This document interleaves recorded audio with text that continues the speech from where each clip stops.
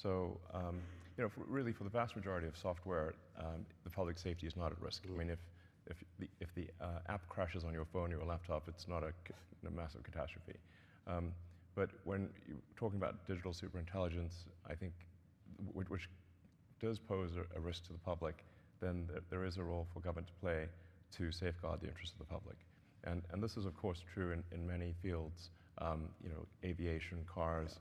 I deal with regulators throughout the world because of Starlink being communications, rockets being aerospace, and cars being vehicle transport. So I'm very familiar with dealing with regulators, and I actually agree with the vast majority of regulations. There's a few that I disagree with from time to time, but 0.1% probably, or less than 1% of regulations I disagree with.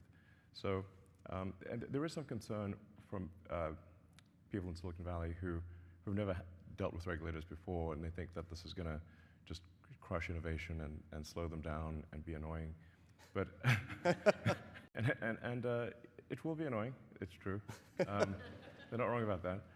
But I think we've learned over the years that having a referee is a good thing. And if you look at any sports game, there's always a referee.